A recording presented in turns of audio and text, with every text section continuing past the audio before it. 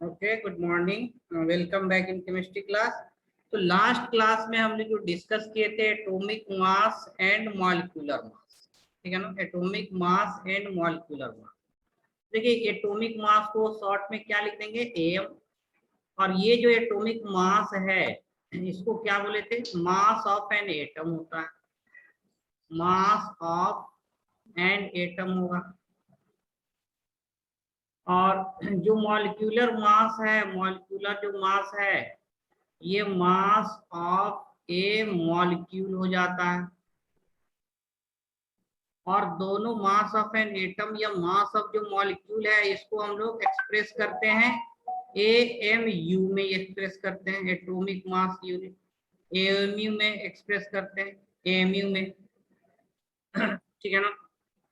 For example भी लिए थे कि ऑक्सीजन का atomic mass, for example atomic mass जो है ऑफ ऑक्सीजन जो होता है ये 16 AMU होगा, 16 AMU होगा।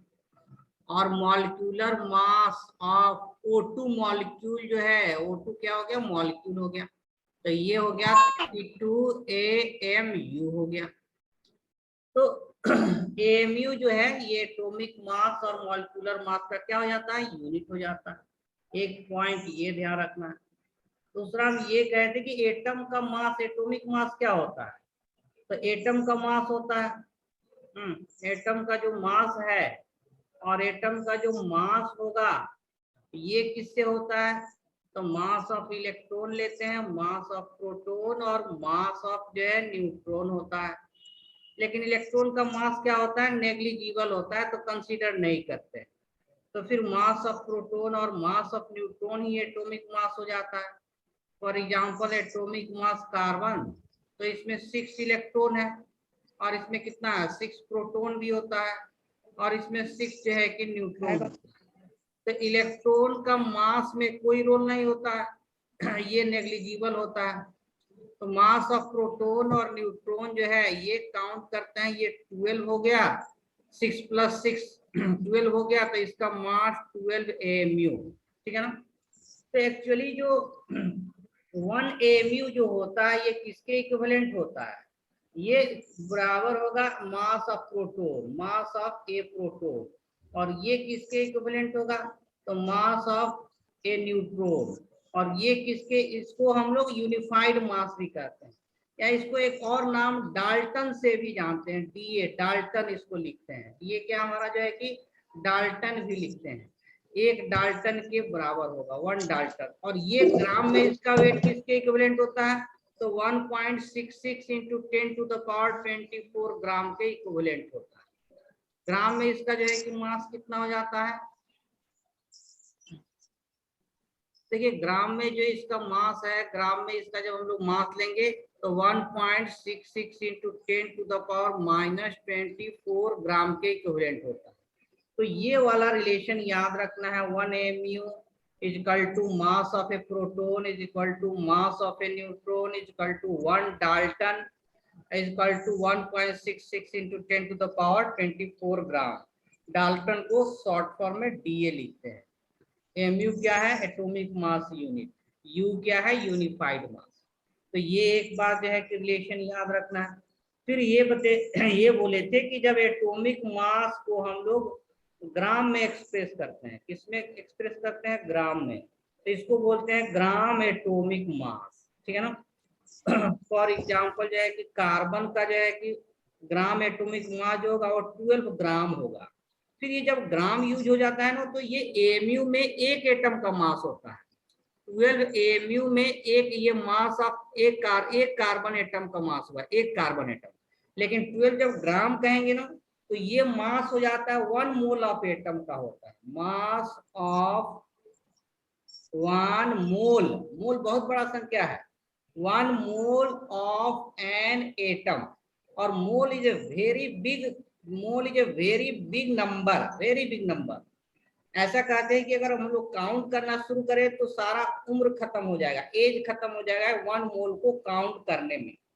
तो 1 मोल कितने की इक्विवेलेंट होता है? तो ये होता है 6.022 into 10 to the power 23 atom के इक्विवेलेंट हो जाएगा, या इतना मॉलिक्यूल के इक्विवेलेंट हो जाएगा, ये 1 मोल होता है।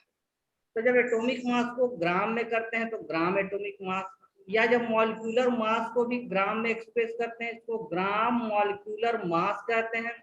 फॉर एग्जांपल जो CO2 है इसका ग्राम मॉलिक्यूलर मास 44 ग्राम है, इसका मॉलिक्यूलर मास 44 AMU होता है, 44 AMU। तो ये भी 1 मोल मॉलिक्यूल का, ये भी कितना है? 1 मोल मॉलिक्यूल है, 1 मोल CO2 मॉलिक्यूल का मास हो जाता है। तो हम लोग यहाँ ग्राम और AMU में डिफरेंस समझें कि कार्बन का क्या बोले कि कार्बन का एक एटम का मास 12 AMU है, और कार्बन के 1 मोल का मास 12 ग्राम है। तो ग्राम जो है 1 मोल को रिप्रेजेंट करता है, AMU जो है 1 एटम को रिप्रेजेंट करता है। और जब हम लोग ग्राम में एक्सप्रेस करते हैं तो इसी एटॉमिक मास को हम लोग this is known as gram atomic mass. जब एक मॉलिक्यूल के मास को 32 AMU अगर ऑक्सीजन का मॉलिक्यूलर मास है तो इसको ग्राम में जब एक्सप्रेस करेंगे तो ये कितना हो जाएगा? 32 ग्राम। तो ये फिर 1 मोल ऑक्सीजन मॉलिक्यूल का वेट हो जाएगा। कार्बन के एक मॉलिक्यूल का मास कितना होगा?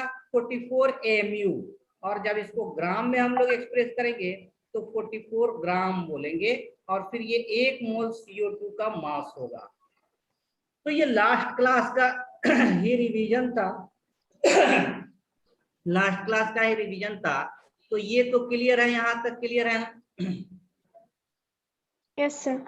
चलिए, तो इसका हम लोग टेबल भी अगर बनाए थे उसको भी अगर रिपीट कर ले कि अगर कोई एटम है, अगर कोई एटम है, एटम, तो इसको हम लोग एक्सप्रेस करेंगे एटॉमिक मास में, और एटॉमिक मास AMU में लेते हैं, AMU में, और इसको अगर ग्राम में एक्सप्रेस करें तो ग्राम एटॉमिक मास होता है।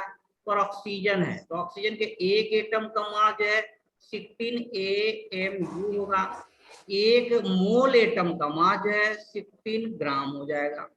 कार्बन है, एक एटम का मास जो है ये 12 AMU होगा, और 1 मोल का मास जो है 12 ग्राम हो जाएगा।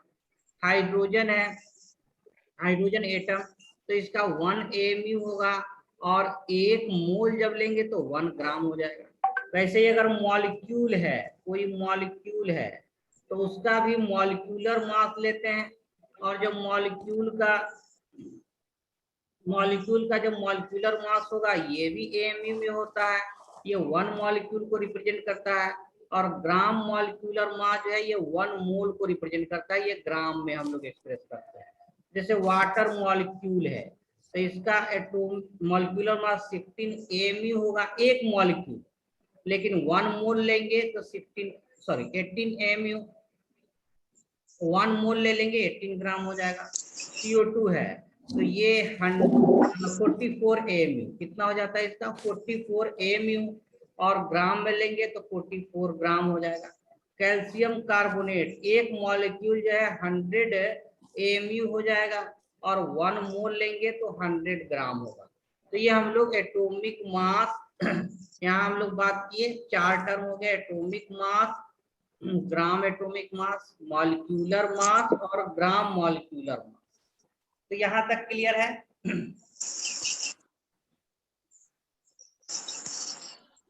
ठीक है ना? और एटॉमिक मास बोले ये 1 एटम का मास होगा, कितना होगा? 1 एटम का। और ये कितना एटम का मास है? 6.02 into 10 to the power 23 atom का मास है। ये 1 मॉलिक्यूल का मास है, 1 मॉलिक्यूल का मास होगा, 1 मॉलिक्यूल का।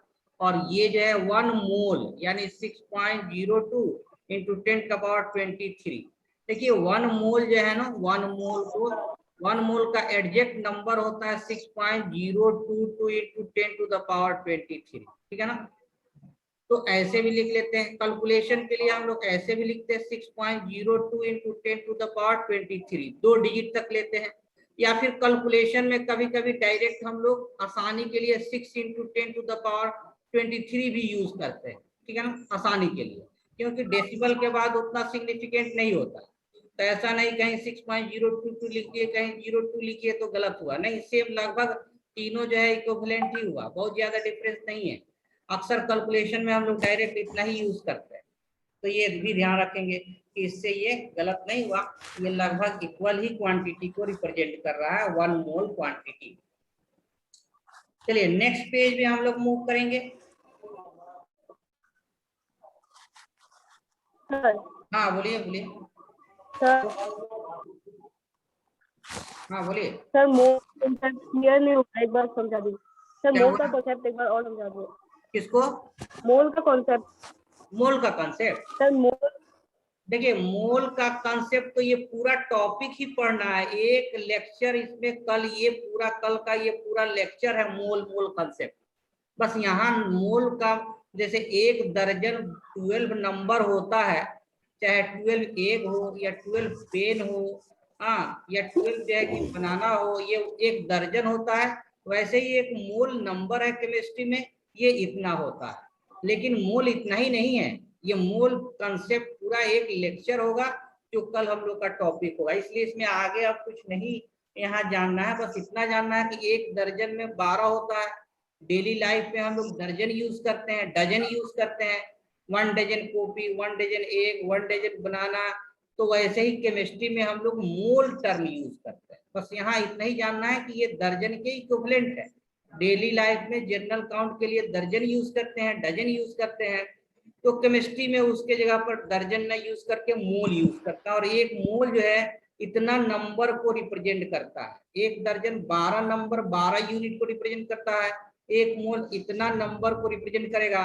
और ये नंबर किसी का भी हो सकता है, ये नंबर एटम का भी हो सकता है, ये नंबर मॉलिक्यूल का हो सकता है, ये नंबर इलेक्ट्रॉन का हो सकता है, प्रोटॉन का हो सकता है, ये नंबर स्टूडेंट का हो सकता है, ये नंबर पर पॉपुलेशन को रिप्रेजेंट कर सकता है। तो कोई भी नंबर में इतना हो उसको 1 मोल बोलेंगे, बस यहाँ इतना ही समझना है। सर हाँ बोलिए। सर सर बोलिए। जब मतलब जब हम लोग एएमयू में बोलेंगे तो इट विल रिप्रेजेंट 1 एटम का मास। हाँ, और जब 1 ग्राम में सिंगल एटम, सही और बोला। ग्राम में बोलेंगे तो it will be 1 mole of atom. हाँ, 1 मोल ऑफ एटम, एकदम exact. Okay sir, thank you sir. Sir fast दिखाए थोड़ा। तो इसको ग्राम एटॉमिक मास को इसलिए कभी कभी मोलर मास भी कहते हैं, molar mass of atom, gram atomic मास को, या ग्राम मॉलिक्यूलर मास को मोलर मास भी कहते हैं, इसको मोलर मास भी कह सकते हैं, ठीक है ना, ये भी ध्यान रखें। ग्राम एटॉमिक मास या molar mass of atom, gram molecular मास या मोलर मास ऑफ मॉलिक्यूल, ये भी टर्म यूज किया जाता है। चलिए यहाँ तक क्लियर है, नेक्स्ट पेज में प्रोसीड करें। Yes sir. Yes sir. ठीक, तो देखिए नेक्स्ट पेज में हम लोग कुछ और इसी तरह का टर्म डिस्कस करने वाले हैं। जैसे देखिए एक टर्म होता है रिलेटिव एटॉमिक मास, RAM, इसको जो है बोलेंगे रिलेटिव एटॉमिक मास, रिलेटिव एटॉमिक मास बोलेंगे, ठीक है। वैसे ही एक टर्म जो हम लोग यूज करेंगे, रिलेटिव एटॉमिक मास हो गया, एवरेज एटॉमिक मास, एवरेज एटॉमिक मास, एक होता है एवरेज एटॉमिक मास, एवरेज एटॉमिक मास। फिर एक टर्म यूज करेंगे फॉर्मूला मास, एफएम से नोट करेंगे, ये हमारा रिप्रेजेंट करता है फॉर्मूला मास। तो और 3 टर्म हम लोग को ये जो है कि सीखना है या जानना है। देखिए रिलेटिव एटॉमिक मास क्या होता है, रिलेटिव एटॉमिक मास क्या होता है। देखिए जो रिलेटिव एटॉमिक मास है, रिलेटिव एटॉमिक मास, ये एटॉमिक मास होता है, atomic mass express with respect to carbon 12। देखिए जो कार्बन 12 है ना, ये नेचर में अबंडेंट होता है, और कार्बन 12 के रिस्पेक्ट में ये मॉडर्न स्केल का, मॉडर्न जो है स्केल के रूप में हम लोग कार्बन 12 को यूज करते हैं, कि जितना एटॉमिक मास है किसके रेस्पेक्ट में हम लोग डिफाइन करते हैं, कार्बन 12 के रेस्पेक्ट में डिफाइन करते हैं। तो रिलेटिव जो एटॉमिक मास है, atomic mass express with respect to carbon 12, क्या हम लोग कहेंगे जो मॉडर्न स्केल है एटॉमिक मास का, इन मॉडर्न स्केल जो मॉडर्न स्केल है, तो हमारा मॉडर्न स्केल है टू एक्सप्रेस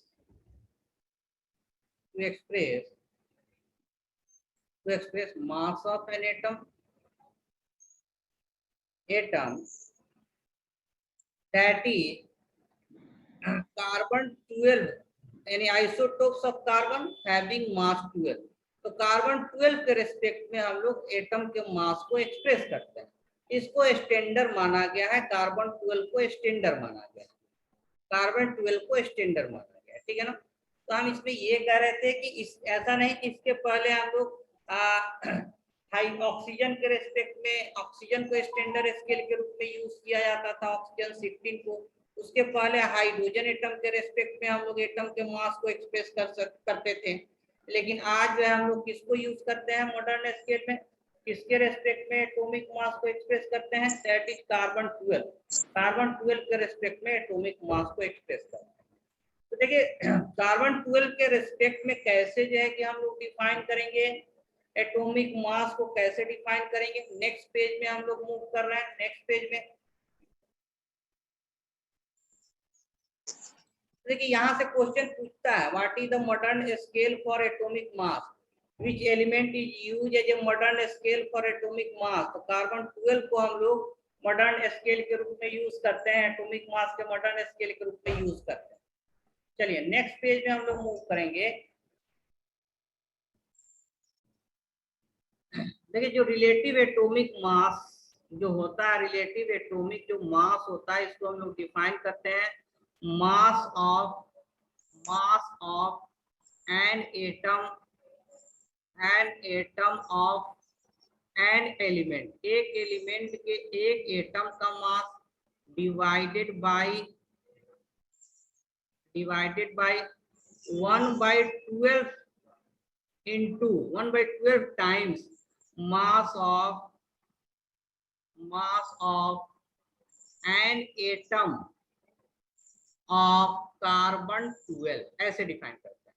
या इसको दूसरे फॉर्म में लिख सकते हैं और इसको हम लोग सिंप्लीफाई करेंगे तो ऐसे लिखेंगे कि mass of an atom of an element divided by 1/12। और देखिए मास ऑफ एक एटम, कार्बन के एक एटम का मास कितना होता है, तो बोले नो कार्बन 12 में क्या है हमारा 6 प्रोटॉन है। हाँ कार्बन 12 में क्या होता है 6 प्रोटॉन होता है और 6 न्यूट्रॉन होता है, 6 प्रोटॉन होता है 6 न्यूट्रॉन होता है। इसके एक एटम का मास कितना होता है 12 AMU होता है। तो अब एक एटम का कार्बन का एक एटम का मास जो है हम लोग यहाँ लिख देंगे 12 AMU ऐसे ले लीजिए। देखिए 12 तो कैंसिल हो रहा है, तो इसका मतलब ये हो गया, इसको और दूसरे फॉर्म में लिख सकते हैं कि mass of an atom of an element divided by 1 AMU। तो ये रिलेटिव एटॉमिक मास है। फॉर एग्जांपल अगर बात करें कि relative atomic mass of oxygen की बात करें, नहीं ऑक्सीजन का, तो ऑक्सीजन के एक एटम का मास कितना होता है 16 AMU होता है और डिवाइडेड बाय 1 AMU, तो ये कितना आ गया 16 आ गया। तो जो रिलेटिव एटॉमिक मास है इसका कोई यूनिट नहीं होता है, इसका कोई यूनिट नहीं होता है। क्यों? क्योंकि वो कार्बन 12 के रेस्पेक्ट में हम लोग डिफाइन करते हैं। तो देखिए मैग्नीट्यूड हमेशा एक ही होता है, 16 ही होता है, बस नाम अलग अलग है। कहने का मतलब ये है कि अगर हम बात करें मैग्नीट्यूड सेम ही होता है। चलिए यहाँ लिख लीजिए नेक्स्ट पेज में, इसको हम लोग बात कर लिया, यहीं पर समझिए मेरे क्या कहना है, यहीं पर समझिए कि ऑक्सीजन अगर हम कहें कि ऑक्सीजन एटम है, ऑक्सीजन एटम है, तो इसका एटॉमिक मास कितना होगा, एटॉमिक मास तो इसका 16 AMU होगा। इसका जो है कि एटॉमिक मास हो गया। इसका रिलेटिव एटॉमिक मास कितना होगा, तो सिर्फ 16 होगा, कोई यूनिट नहीं होता है। इसका जो है कि ग्राम एटॉमिक मास कितना होगा, ग्राम एटॉमिक मास, तो ये 16 ग्राम हो जाएगा। तो एटॉमिक मास AMU में, रिलेटिव एटॉमिक मास का कोई यूनिट नहीं होता है, मैग्नीट्यूड सबका 16 ही है और ग्राम एटॉमिक मास इसका 16 ग्राम हो गया। या मोलर मास इसका 16 ग्राम हो गया, नहीं ग्राम एटॉमिक मास, या फिर बोले मोलर मास जो है किसका लेंगे मोलर मास, तो ये हमारा 16 ग्राम ही हो गया। तो बस डिफरेंट डिफरेंट टर्म है। इसका atomic mass 16 amu, relative atomic mass only 16 no unit, gram atomic mass 16 gram, molecular mass molar mass 16 gram, ऐसे लेंगे। क्लियर है यहाँ तक?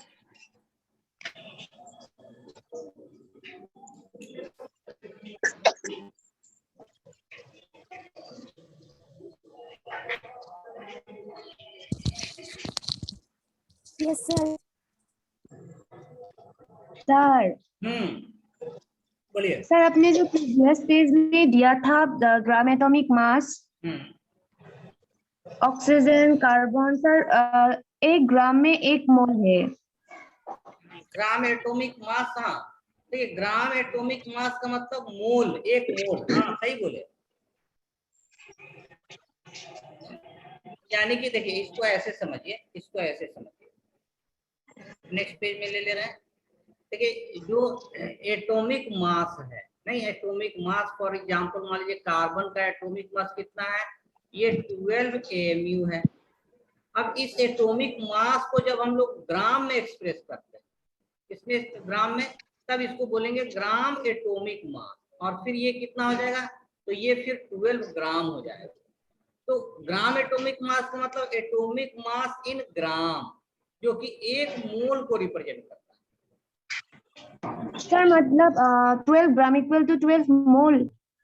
12 ग्राम मतलब 1 मोल ऑफ कार्बन एटम्स, ऐसे हुआ। 1 मोल कार्बन एटम का ये मास हो गया। 12 ग्राम का मतलब 12 मोल नहीं। आपका जो आपका जो कंफ्यूजन ये है, ये एक्चुअली अगले क्लास में पढ़ना था, अभी आप कंफ्यूजन कर रही है।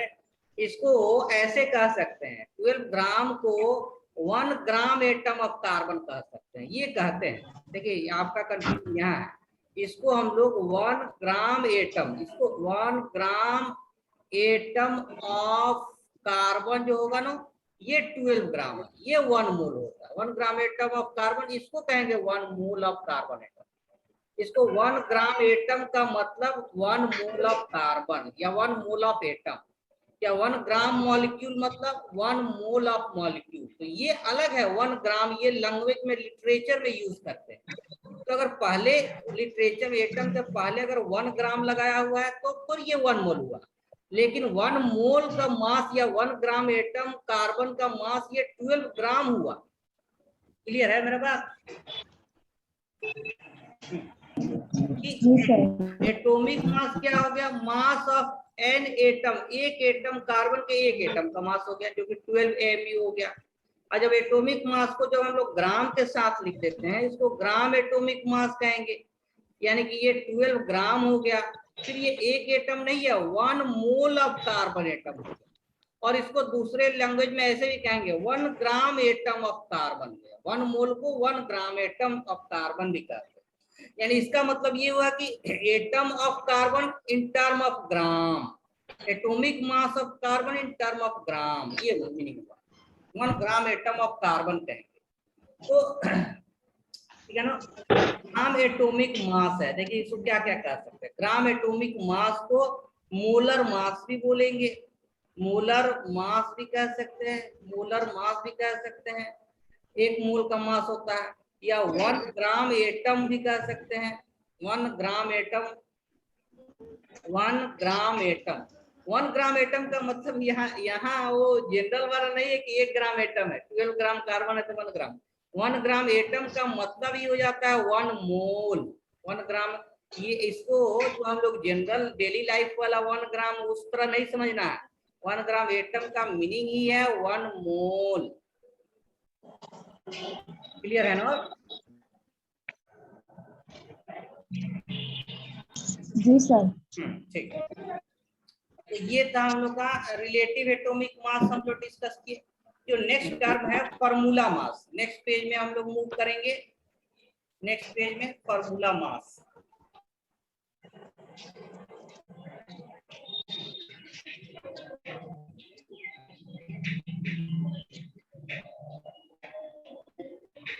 देखिए जो नेक्स्ट टर्म हम लोग को डिस्कस करना है दैट इज फार्मूला मास। देखिए फार्मूला मास क्या होता है? तो फार्मूला मास जो है ये कहते हैं मॉलिक्यूलर मास ही होता है। ये it is nothing, it is a molecular mass होता है, मॉलिक्यूलर मास ऑफ, ठीक है ना। मॉलिक्यूलर मास कितना होता है? 1, ठीक है ना। मॉलिक्यूलर मास ही होता है, मॉलिक्यूलर मास होता है of 1 unit of 1 unit of ionic 1 unit of 1 unit of ionic solid 1 unit of ionic solid। या फिर इसको ऐसे समझिए कि फार्मूला मास जो होता है ना ये मॉलिक्यूलर मास ही होता है of A ionic compound, of an ionic solid.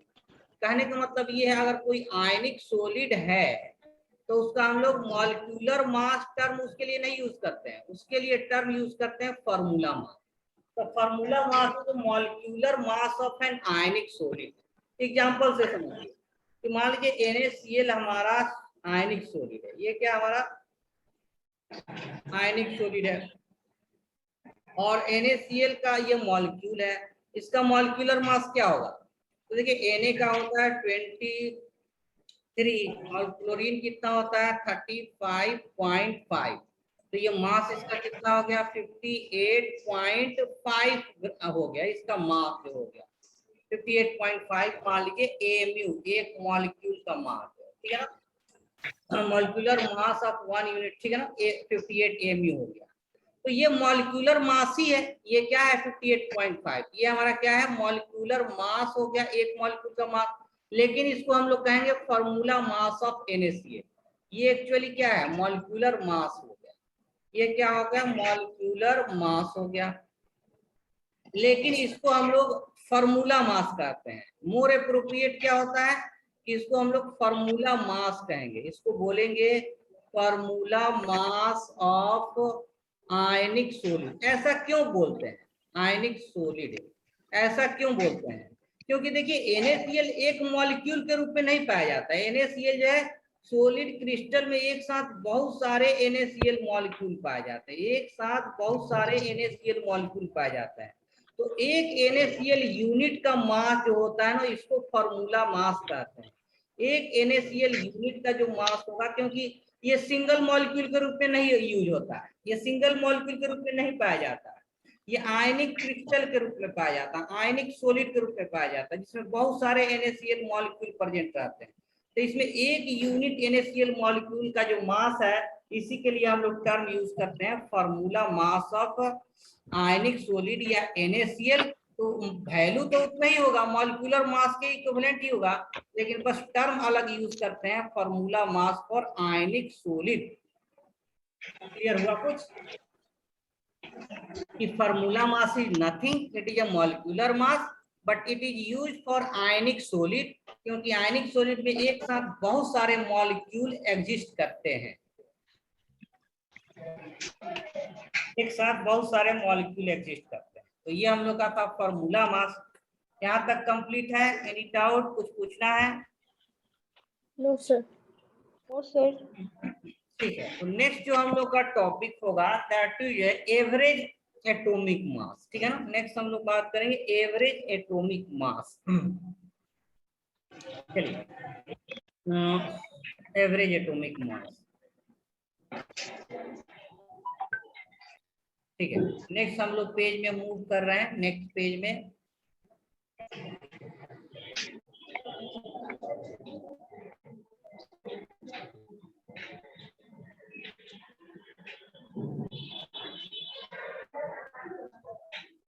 Average atomic mass. Sir पहला वाला पेज तरह से दिखाइए।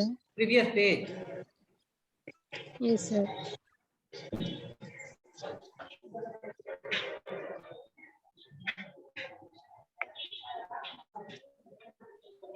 हो गया सर।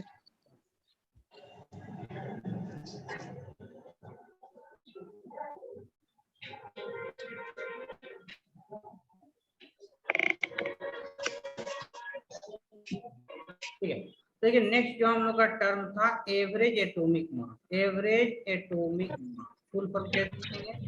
एवरेज एटॉमिक मास। देखिए एवरेज एटॉमिक मास कब हम लोग यूज करते हैं? जब कोई आइसोटोपिक एलिमेंट होता है। आइसोटोपिक जब एलिमेंट होता है तो इसके लिए हम लोग एवरेज एटॉमिक मास यूज करते हैं। कहने का मतलब ये है, फॉर एग्जांपल मान लीजिए कार्बन के अगर आइसोटोप्स की बात करें, कार्बन के आइसोटोप्स होते हैं और कार्बन के जो आइसोटोप्स हैं ये देखिए कार्बन 12 होता है, एक कार्बन का मास 12 होता है, एक कार्बन का आइसोटोप्स है जिसका मास 13 होता है, एक कार्बन का मास है जिसका आइसोटोप जो है कि कार्बन 14 मास 14 होता है। तो इस जब आइसोटोपिक एलिमेंट होता है तो वहां पर हम लोग एक एटम का मास, नेचर में ऐसा एटम होता है जिसका मास 12 भी होता है, एक जो है कि 13 भी है, एक 14 भी है। तो यहाँ पर कार्बन का अगर एटॉमिक मास अगर बताना हो तो जब डिफरेंट आइसोटोप्स होते हैं तो यहाँ पर कार्बन का हम लोग एवरेज एटॉमिक मास डिफाइन करते हैं। एवरेज एटॉमिक मास, तो एवरेज एटॉमिक मास हम लोग निकालते हैं और ये भी लगभग 12 के, यानी कि तीनों का एवरेज होता है तो ये लगभग 12 AMU ही आता है, ठीक है ना। तो जो भी आइसोटोप्स है उसका जो एटॉमिक मास है that is known as average atomic mass. तो एवरेज एटॉमिक मास किसके लिए डिफाइंड है? आइसोटोपिक एलिमेंट के लिए, नहीं आइसोटोप ऐसा एलिमेंट जिसका आइसोटोप्स हो उसके लिए हम लोग डिफाइन करते हैं। जैसे एक और एग्जांपल ले लीजिए, देखिए बोरोन है, तो बोरोन का दो आइसोटोप्स होता है, एक कहते हैं बोरोन 10 है एंड अनदर इज बोरोन 11 है। तो इसका एवरेज एटॉमिक मास अगर बात करें, एवरेज एटॉमिक मास जब हम लोग लेते हैं तो ये 10.8 आता है, एग्जैक्ट इसका वैल्यू 10.8 आता है, लेकिन कैलकुलेशन के लिए हम लोग 11 कंसीडर करते हैं। वैसे ही क्लोरीन है, एक एटम आपका क्लोरीन है, ठीक है, एक एटम आपका जो है कि क्लोरीन है। तो क्लोरीन का अगर जो है क्लोरीन की बात करें, क्लोरीन, तो क्लोरीन का भी एक एटम जो होता है वो 35 मास होता है और एक अनदर एटम है क्लोरीन का वो 37 होता है। लेकिन इसका जो एवरेज एटॉमिक मास है, एवरेज एटॉमिक मास है वो हम लोग 35.5 लेते हैं। तो जब डिफरेंट एलिमेंट के आइसोटोप्स हो उस कंडीशन में एटॉमिक मास तो वेरी करता है, डिफरेंट एटम होता है, एटॉमिक नंबर तो सेम होता है लेकिन एटॉमिक मास वेरी करता है। एटॉमिक नंबर तो सेम होता है, एटॉमिक मास वेरी करता है। तो उस कंडीशन में हम लोग एलिमेंट का एवरेज एटॉमिक मास कंसीडर करते हैं। अब हम लोग बात करें कि एवरेज एटॉमिक मास हम लोग कैसे निकालते हैं। तो ये एवरेज एटॉमिक मास जस्ट एवरेज नहीं होता है, मैथमेटिकल एवरेज नहीं होता है, इसमें इसका परसेंटेज भी कंसीडर करते हैं, इसमें इसका परसेंटेज भी कंसीडर करते हैं। यानी कि अगर 35.5 या ये देखिए 10.8 आया बोरोन का एवरेज एटॉमिक मास, तो सिर्फ इसका एवरेज नहीं लेते हैं, अगर एवरेज लेते तो कितना आता है एवरेज? 10 और 11 का 21 हो जाता, तो 10.5 में आता। इसका जनरल एवरेज लेते 10 और 11 का, 10 + 11/2, तो ये तो 10.5 आता, लेकिन एवरेज एटॉमिक मास तो 10.8 है, तो ये सिंपल एवरेज नहीं लेते हैं, इसमें इसका परसेंटेज भी काउंट करना होगा, यानी कि नेचर में ये कितना इसका परसेंटेज पाया जाता है, ठीक है ना। जैसे एनसीईआरटी में देख सकते हैं एवरेज एटॉमिक मास में कार्बन का जो आइसोटोप्स है इसका परसेंटेज दिया हुआ है। तो कार्बन का परसेंटेज, कार्बन 12 का परसेंटेज कितना दिया हुआ है नेचर में? तो 98.89% ये पाया जाता है। कार्बन 13 कितना पाया जाता है? ये गिवन रहता है, एक्सपेरिमेंटल है, ये याद नहीं करना। 1.108% दिया हुआ है। कार्बन 14 का परसेंटेज 2 × 10⁻⁻ जो है -10% दिया हुआ, -10%। ये परसेंटेज गिवन, सॉरी हाँ -10। ओके, तो हम लोग बात कर रहे थे एवरेज एटॉमिक मास। देखिए जो एवरेज एटॉमिक मास होता है दैट इज एवरेज एटॉमिक मास जो हम लोग डिफाइन करते हैं किसी आइसोटोप्स के एवरेज एटॉमिक मास की बात करते हैं। फॉर एग्जांपल बोले कि क्लोरीन है, तो क्लोरीन के 2 आइसोटोप्स है, वन इज क्लोरीन 35 है जिसका एटॉमिक मास 35 है, वन इज क्लोरीन 37 है, इसके 2 आइसोटोप्स है, क्लोरीन 35 एंड क्लोरीन 37। तो देखिए इसका एवरेज एटॉमिक मास जो है हम लोग एक्सप्रेस करते हैं, एवरेज एटॉमिक मास जो है कि हम लोग बात करते हैं। फॉर एग्जांपल क्लोरीन बोले, और क्लोरीन का 2 मास है, वन इज क्लोरीन 35 है, अनदर जो है कि क्लोरीन जो है 37 है, क्लोरीन 37 है। तो इसका जो एवरेज एटॉमिक मास होता है, या एवरेज एटॉमिक मास का जो हम लोग फार्मूला यूज करते हैं, एवरेज एटॉमिक मास का जो फार्मूला होता है जनरल, देखिए इसका फार्मूला होता है M1 और इंटू x1। देखिए मान लीजिए क्लोरीन 35 है, इसको हम लोग मास M1 ले रहे हैं। एक सेकेंड आइसोटोप से इसका मास हम लोग M2 ले सकते हैं। ये देखिए नेचर में कितना परसेंट क्लोरीन होता है, क्लोरीन 35 कितना परसेंट होता है, तो ये नेचर में एक्सपेरिमेंटली देखा गया 75% है। तो 75% है, तो इसके परसेंटेज को हम लोग x1 ले सकते हैं। और इसका जो है नेचर में परसेंटेज ये गिवन रहता है, इसको याद करने की जरूरत नहीं है, 25% रहता है, तो इसको हम लोग x2 मान सकते हैं। तो इसी तरह जनरल फार्मूला होता है M1 x1 plus M2 x2। अगर एक से ज्यादा आइसोटोप्स है तो उसको भी हम लोग लेंगे, और divided by sum of percentage, that is x1 plus x2 plus x3। अगर और भी आइसोटोप्स होगा तो सबको लेंगे, ठीक है ना।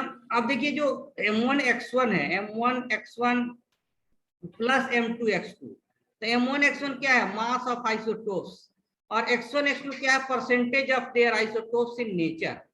और ये और ज्यादा होगा तो और भी ले सकते हैं, 2-3 आइसोटोप्स होगा।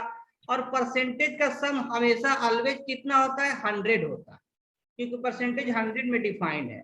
अब इसको हम लोग क्लोरीन के लिए यूज करते हैं कि एवरेज एटॉमिक मास, अगर क्लोरीन का अगर हम लोग डिफाइन करेंगे, तो देखिए इसका क्लोरीन का एक मास 35 है, तो 35 इंटू इसका जो परसेंटेज है, परसेंटेज कितना है 75% प्लस जो सेकेंड आइसोटोप्स है दैट इज क्लोरीन 37, तो मास 37 है, और इसका परसेंटेज कितना है 25 है, परसेंटेज है 25 है, तो इंटू हम लोग ले लेंगे 25, ठीक है, इंटू जो है 25, और जो सम ऑफ परसेंटेज है 75 प्लस 25, ये ऑलवेज 100 होगा, तो इसको हम लोग सॉल्व करेंगे तो ये लमसम 35.5 आ जाता है। तो this is average atomic mass for chlorine, this is average atomic mass for chlorine.